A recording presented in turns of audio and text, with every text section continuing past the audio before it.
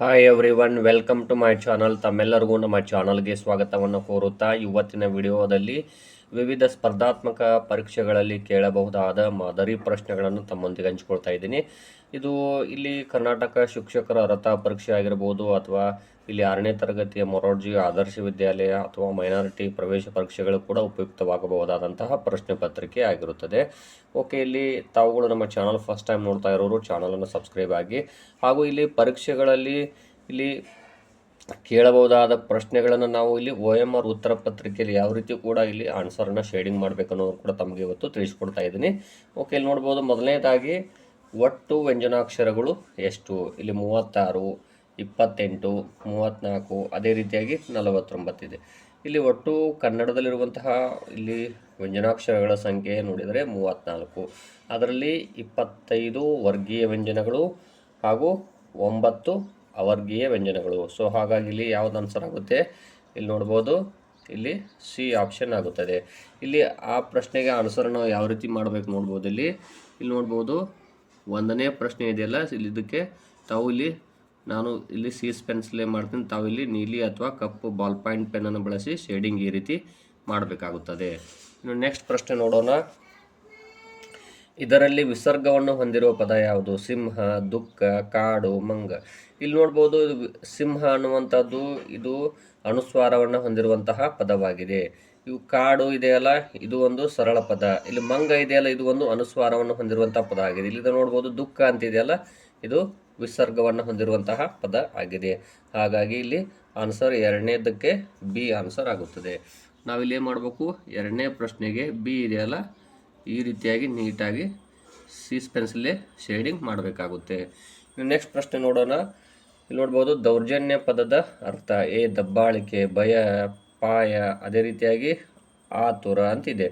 ಇಲ್ಲಿ ದೌರ್ಜನ್ಯ ಪದದ ಅರ್ಥ ಏನು ಅಂದರೆ ಇಲ್ಲಿ ದಬ್ಬಾಳಿಕೆ ಆಗುತ್ತದೆ. ಸೊ ಎ ಆಪ್ಷನ್ ಸರಿಯಾದ ಆನ್ಸರ್. ಹಾಗಾದರೆ 3ನೇ ಪ್ರಶ್ನೆಗೆ ಆನ್ಸರನ್ನು ನಾವು ಇಲ್ಲಿ ನೋಡ್ಬೋದು. 3ನೇ ಪ್ರಶ್ನೆ ಎ ಆಪ್ಷನ್ ಆಗುತ್ತದೆ. ನೀಟಾಗಿ ಈ ರೀತಿ ತಾವು ಶೇಡಿಂಗ್ ಮಾಡಬೇಕಾಗುತ್ತೆ. ನೆಕ್ಸ್ಟು 4ನೇ ಪ್ರಶ್ನೆ ನೋಡೋಣ. ಅಕ್ಕ ಬಿಡಿಸಿ ಬರೆದಾಗ, ಅಕ್ಕ ಎನ್ನುವಂತಹ ಪದವನ್ನು ಬಿಡಿಸಿ ಬರೆದಾಗ ಇಲ್ಲಿ ನೋಡ್ಬೋದು, ಅ ಪ್ಲಸ್ ಕ ಪ್ಲಸ್ ಅ, ಕ ಪ್ಲಸ್ ಅ ಪ್ಲಸ್ ಕ್ರ, ಇಲ್ಲಿ ಆ ಪ್ಲಸ್ ಕ ಪ್ಲಸ್ ಕ ಪ್ಲಸ್ ಅ. ಇಲ್ಲಿ ನೋಡಿ, ಅ ಪ್ಲಸ್ ಖ ಪ್ಲಸ್ ಕ ಪ್ಲಸ್ ಅ, ಇದು ಕರೆಕ್ಟ್ ಆನ್ಸರ್ ಆಗುತ್ತೆ. ಯಾಕಂದರೆ ಇಲ್ಲಿ ಅಕ್ಕ ಎನ್ನುವಂಥ ಪದದಲ್ಲಿ 2 ವ್ಯಂಜನಾಕ್ಷರಗಳು ಒಂದು ಸ್ವರ ಸೇರುತ್ತದೆ. ಹಾಗಾಗಿ ಇಲ್ಲಿ ಡಿ ಆಪ್ಷನ್ ಆಗುತ್ತದೆ. 4ನೇದರಲ್ಲಿ ನೋಡ್ಬೋದು, 4ನೇದರಲ್ಲಿ ಎ ಬಿ ಸಿ ಡಿ ಆಗುತ್ತದೆ. ಸೊ ಇದು ಈ ರೀತಿಯಾಗಿ ತಾವು ನೀಟಾಗಿ ಶೇಡಿಂಗ್ ಮಾಡಬೇಕಾಗುತ್ತೆ. ನೆಕ್ಸ್ಟು 5ನೇ ಪ್ರಶ್ನೆ. ಇದರಲ್ಲಿ ಯಾವುದು ಸಂಯುಕ್ತಾಕ್ಷರ? ಇಲ್ಲಿ ಸಂಯುಕ್ತಾಕ್ಷರ ಅಂದರೆ ಏನು ವ್ಯಂಜನಕ್ಕೆ ವ್ಯಂಜನ ಸೇರಿ ಆಗುವಂಥ ಪದ, ಅದರಲ್ಲಿ ಸ್ವರ ಕೂಡ ಇರುತ್ತೆ. ಇಲ್ಲಿ ನೋಡ್ಬೋದು, ಸಂಯುಕ್ತಾಕ್ಷರ ಅಂದರೆ ಒತ್ತಕ್ಷರ ಅಂತ ಅರ್ಥ ಆಗುತ್ತೆ. ಇಲ್ಲಿ ನೋಡ್ಬೋದು, ಆಪ್ಷನ್ಸ್ಗಳನ್ನು ನೋಡ್ತಾ ಹೋದಾಗ ಎಲ್ಲವೂ ಕೂಡ ಸಂಯುಕ್ತಾಕ್ಷರಗಳಿವೆ.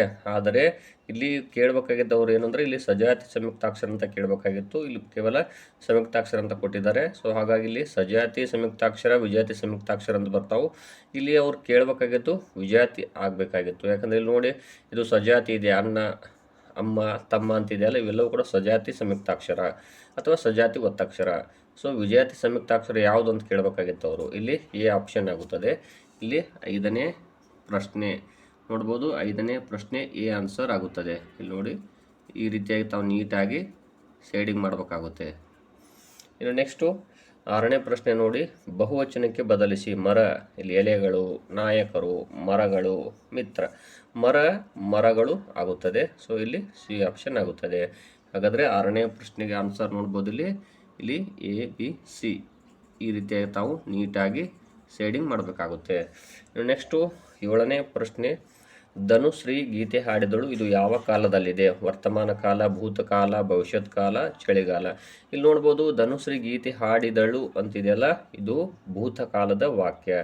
ಒಂದು ವೇಳೆ ಧನುಶ್ರೀ ಗೀತೆ ಹಾಡುತ್ತಾಳೆ ಅಂದರೆ ವರ್ತಮಾನ ಕಾಲ ಆಗುತ್ತದೆ. ಒಂದು ವೇಳೆ ಧನುಶ್ರೀ ಗೀತೆ ಹಾಡುವಳು ಅಂದರೆ ಅದು ಭವಿಷ್ಯತ್ ಕಾಲ ಆಗುತ್ತದೆ. ಹಾಗಾಗಿ ಇದು ಆನ್ಸರ್ ಯಾವುದು? ಬಿ ಆಗುತ್ತದೆ. 7ನೇ ಪ್ರಶ್ನೆ ಆನ್ಸರು ಬಿ ಆಗುತ್ತದೆ. ನೋಡ್ಬೋದು, ಇಲ್ಲಿ ಈ ರೀತಿಯಾಗಿ ಹಾಕಬೇಕು. ನೆಕ್ಸ್ಟ್ 8ನೇ ಪ್ರಶ್ನೆ ನೋಡೋಣ. ಕ್ರಿಯಾಪದದ ಮೂಲ ರೂಪವನ್ನು ಏನೆಂದು ಕರೆಯುತ್ತಾರೆ? ಇಲ್ಲಿ ನೋಡ್ಬೋದು, ತಿನ್ನು, ಭೂತ, ಧಾತು, ದಾಟು. ಇಲ್ಲಿ ಕ್ರಿಯಾಪದದ ಮೂಲ ರೂಪವನ್ನು ನಾವು ಇಲ್ಲಿ ಧಾತು ಅಂತ ಕರಿತೀವಿ, ಹಾಗಾಗಿ ಇಲ್ಲಿ ಸಿ ಆಪ್ಷನ್ ಆಗುತ್ತದೆ. ಇಲ್ಲಿ ತಿನ್ನುವಂಥದ್ದು ಒಂದು ಕ್ರಿಯಾಪದ ಕೊಟ್ಟಿರ್ತಾರೆ, ಉದಾಹರಣೆಗೆ ತಿನ್ನುತ್ತಾನೆ ಅಥವಾ ತಿನ್ನುವನು, ತಿಂದನು ಅಂತ ಬರುತ್ತೆ. ಅದರಲ್ಲಿ ಕ್ರಿಯಾಪದದ ಮೂಲ ರೂಪ ಯಾವುದನ್ನು ಕೇಳಿದರೆ ತಿನ್ನು ಅಂತ ಹೇಳಬೇಕಾಗುತ್ತೆ. ಆದರೆ ಇಲ್ಲಿ ಕೇವಲ ಅವರು ಕ್ರಿಯಾಪದದ ಮೂಲ ರೂಪ ಏನೆಂದು ಕರೆಯುತ್ತಾರೆ ಅಂತ ಕೇಳಿದ್ದಾರೆ, ಹಾಗಾಗಿ ಸಿ ಆಪ್ಷನ್ ಧಾತು ಆಗುತ್ತದೆ. 8ನೇ ಪ್ರಶ್ನೆ ಇದೆಯಲ್ಲ, 8ನೇ ಪ್ರಶ್ನೆ ಸಿ ಆಪ್ಷನ್ ಆಗುತ್ತದೆ. ಇನ್ನು ನೆಕ್ಸ್ಟು 9ನೇ ಪ್ರಶ್ನೆ, ಉನ್ನತಿ ಪದದ ವಿರುದ್ಧ ಪದ. ಇಲ್ಲಿ ಉನ್ನತಿ ಮೀನ್ಸ್ ಡೆವಲಪ್ಮೆಂಟ್ ಅಥವಾ ಅಭಿವೃದ್ಧಿ ಅಂತ ಅರ್ಥ ಆಗುತ್ತೆ. ಬಟ್ ಅದರ ವಿರುದ್ಧ ಯಾವುದಾಗುತ್ತೆ? ಅವನತಿ, ವನತಿ, ಅವಸಾನ, ಅನಾದಿ ಅಂತಿದೆ. ಇಲ್ಲಿ ಉನ್ನತಿ ಪದದ ವಿರುದ್ಧ ಪದ ಯಾವುದು ಅಂದರೆ ಇಲ್ಲಿ ಅವನತಿ ಆಗುತ್ತದೆ. ಸೊ 9ನೇ ಪ್ರಶ್ನೆ ಎ ಆನ್ಸರ್ ಆಗುತ್ತದೆ. ಇಲ್ಲಿ ನೋಡ್ಬೋದು, 9ನೇ ಪ್ರಶ್ನೆಗೆ ಈ ರೀತಿಯಾಗಿ ತಾವು ನೀಟಾಗಿ ಶೇಡಿಂಗ್ ಮಾಡಬೇಕಾಗುತ್ತೆ. ಇನ್ನು ನೆಕ್ಸ್ಟು 10ನೇ ಪ್ರಶ್ನೆ, ಮೈ ಪ್ಲಸ್ ತೊಳೆ ಮೈ ದೊಳೆ ಇದು ಯಾವ ಸಂಧಿ? ನೋಡ್ಬೋದು, ಆಗಮ ಸಂಧಿ, ಲೋಪ ಸಂಧಿ, ಗುಣ ಸಂಧಿ, ಆದೇಶ ಸಂಧಿ ಅಂತಿದೆ. ಇಲ್ಲಿ ಮೈ ಪ್ಲಸ್ ತೊಳೆ ಅಂತಿದೆಯಲ್ಲ, ತೋ ಹೋಗಿ ಇಲ್ಲಿ ದೋ ಅಕ್ಷರ ಬಂದಿದೆ ನೋಡಿ. ಅಂದರೆ ಇಲ್ಲಿ ಪೂರ್ವದಲ್ಲಿರುವಂತಹ ಕತಪಗಳ ಬದಲಾಗಿ ಗದಬಗಳು ಆದೇಶವಾಗಿ ಬಂದರೆ ಅದಕ್ಕೆ ಆದೇಶ ಸಂಧಿ ಅಂತೀವಿ. ಹಾಗಾಗಿ ಇಲ್ಲಿ ನೋಡ್ಬೋದು ಡಿ ಆಪ್ಷನ್ ಆಗುತ್ತದೆ. ಸೊ 10ನೇ ಪ್ರಶ್ನೆ ಆನ್ಸರ್ ಯಾವುದು ಅಂದರೆ ಡಿ ಆಗುತ್ತದೆ. ಇಲ್ಲಿ ನೋಡ್ಬೋದು ಎ ಬಿ ಸಿ ಡಿ ಈ ರೀತಿಯಾಗಿ ತಾವು ಶೇಡಿಂಗ್ ಮಾಡಬೇಕಾಗುತ್ತದೆ.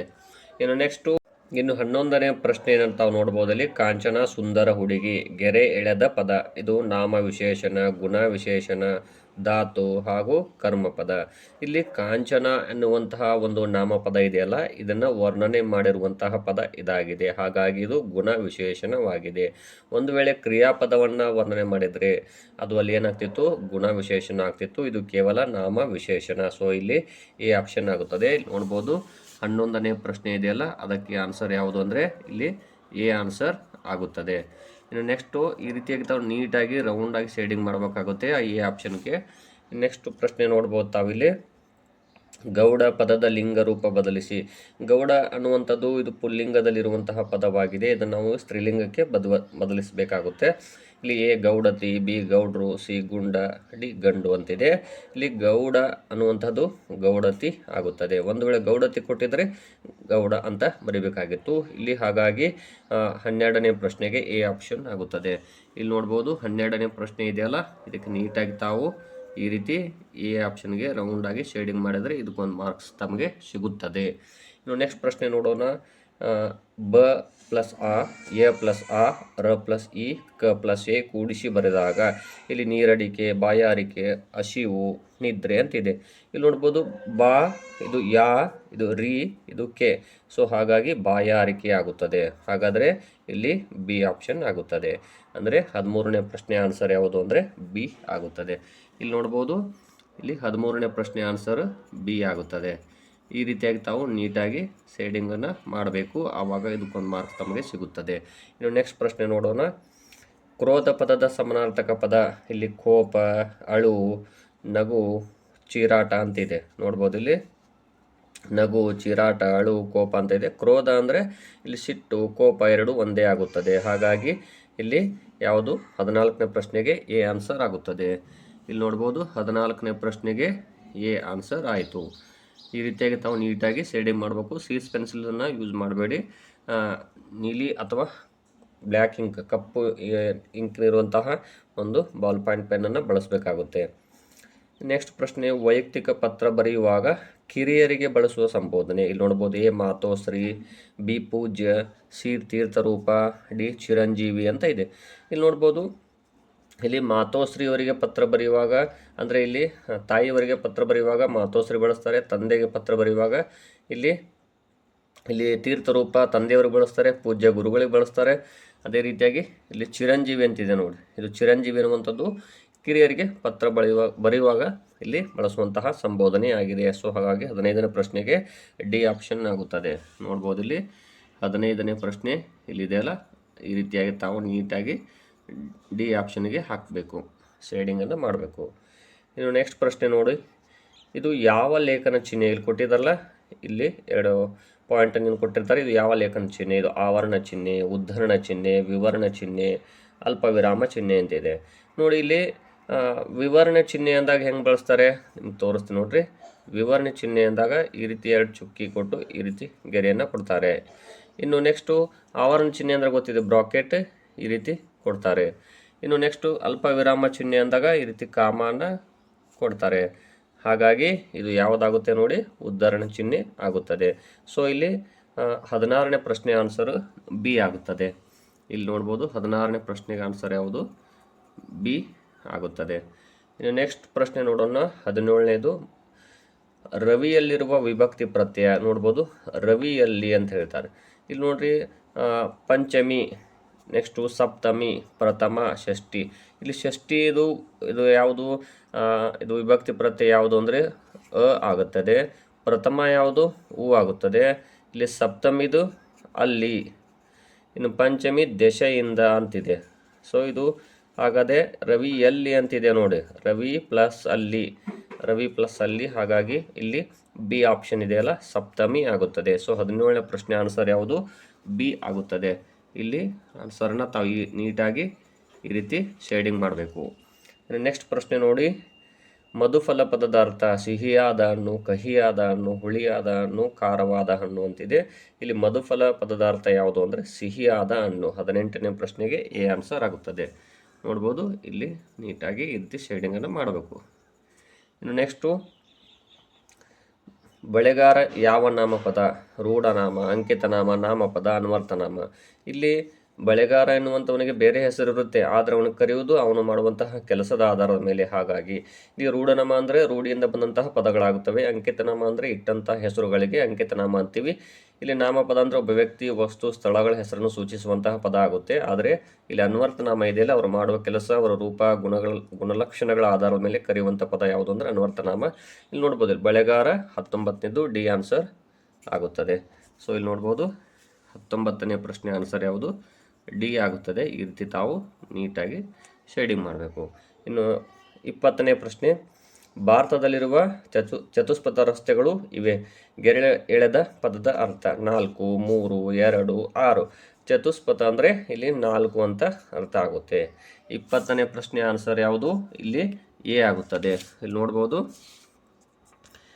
ಈ ರೀತಿಯಾಗಿ ತಾವು ನೀಟಾಗಿ ಶೇಡಿಂಗನ್ನು ಮಾಡಬೇಕು. ಈ ರೀತಿಯಾಗಿ ತಾವು ಇಲ್ಲಿ ಕನ್ನಡ ವಿಷಯದ ಮಾದರಿ ಪ್ರಶ್ನೆಗಳನ್ನು ಮತ್ತು OMRನಲ್ಲಿ ಯಾವ ರೀತಿ ಶೇಡಿಂಗ್ ಮಾಡ್ಬೇಕಂತ ತಮಗೆ ಇವತ್ತು ತಿಳಿಸ್ಕೊಟ್ಟಿದ್ದೀನಿ. ನೆಕ್ಸ್ಟ್ ವಿಡಿಯೋದಲ್ಲಿ ಉಳಿದ ವಿಷಯಗಳು ಅಂದರೆ ಇಂಗ್ಲೀಷ್ ಆಗಿರ್ಬೋದು, ಗಣಿತ ಆಗಿರ್ಬೋದು, ಪರಿಸರ ಅಧ್ಯಯನ ಮತ್ತು ಸಮಾಜ ವಿಜ್ಞಾನ ಪ್ರಶ್ನೆಗಳನ್ನು ತಮಗೆ ತಿಳಿಸ್ಕೊಡ್ತೀನಿ. ಧನ್ಯವಾದಗಳು.